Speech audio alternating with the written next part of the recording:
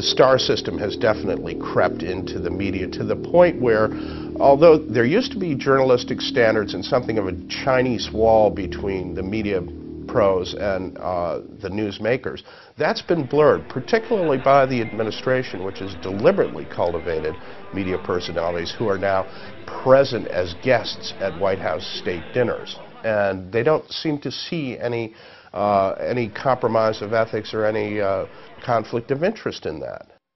The executives, the editors in print media, the senior producers, executive producers in the visual media, these are the people that have the ideological bias. And what's probably almost as important, the personal friendships. They go to the same country clubs, they go to the same dinners, they socialize with a lot of the people that they cover. And yet this is where corruption sets into any system. When the censors and the monitors become friendly with the people they monitor, that's when standards fly out the window. Today, standards in mainstream news reporting have more to do with career enhancement than reporting the truth. Of course, to get ahead in a bureaucracy by giving the boss what he wants, that's how you get ahead. So again, that is indicative of why there's so much homogenization in the media. You know, if you wanted to look at a pyramid, in the first couple layers, the really eager, hard-working young journalists are out there trying to get the stories, trying to make a name so they can move up that pyramid. Well, the further they move up the pyramid, the more they realize that, you know, the outlets really aren't interested in major news that rocks the boat.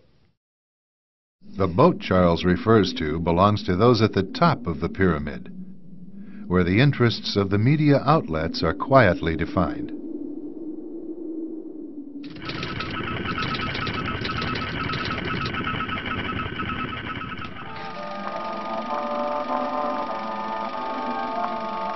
The year is 1917, and Representative Oscar Callaway enters a disturbing statement into the U.S. Congressional Record. The statement reveals why J.P. Morgan interests hired 12 high-ranking news managers. The 12 were asked to determine the most influential newspapers in America. They were to figure out how many news organizations it would take to control generally the policy of the daily press of the United States. The 12 found it was only necessary to purchase the control of 25 of the greatest papers.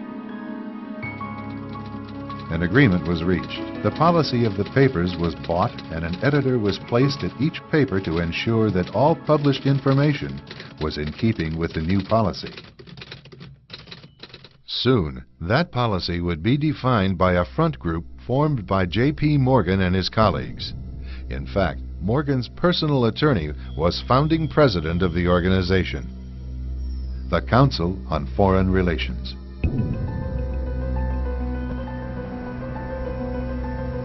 Today, the CFR maintains that its goal is to increase America's understanding of the world.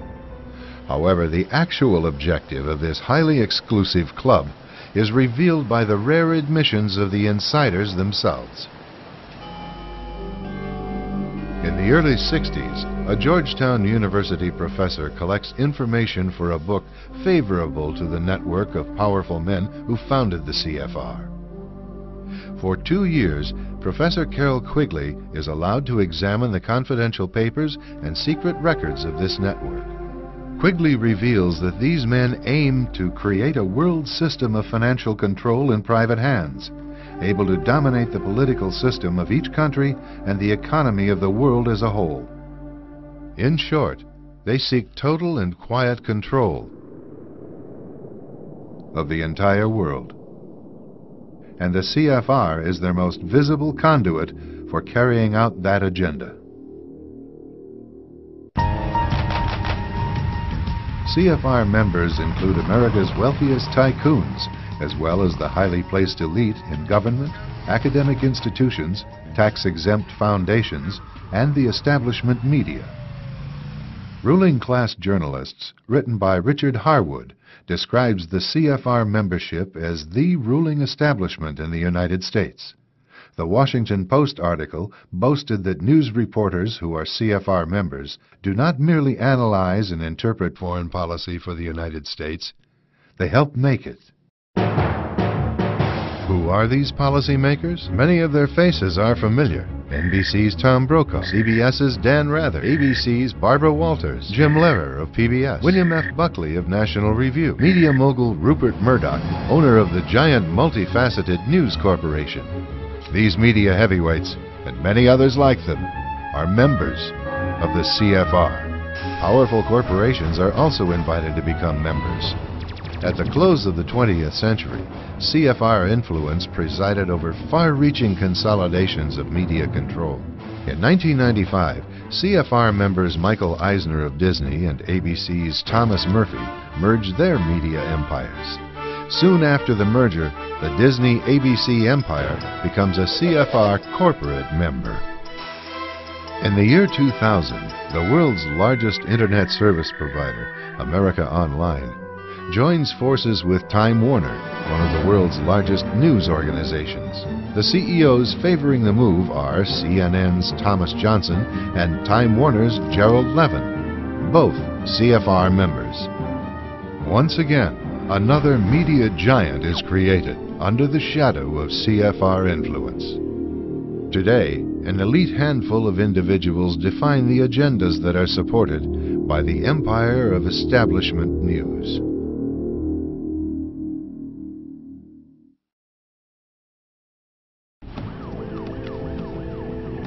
One of the CFR's strongest media allies is the New York Times.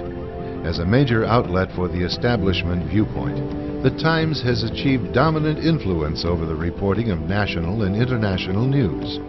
The Times is relied upon by many editors in the mainstream news media for direction on how to portray world events. In addition, the Times wire service retails the establishment line to subsidiary outlets such as broadcast news distributors and regional newspapers. Competition between these outlets rests primarily on the style of regurgitating the same message.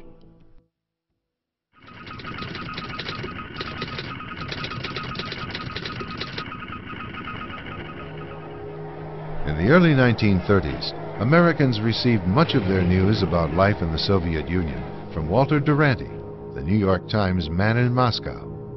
Duranty's articles filled the front pages with gripping stories from Mother Russia. During that period, Joseph Stalin was consolidating power over the captive nations that formed the Soviet Union.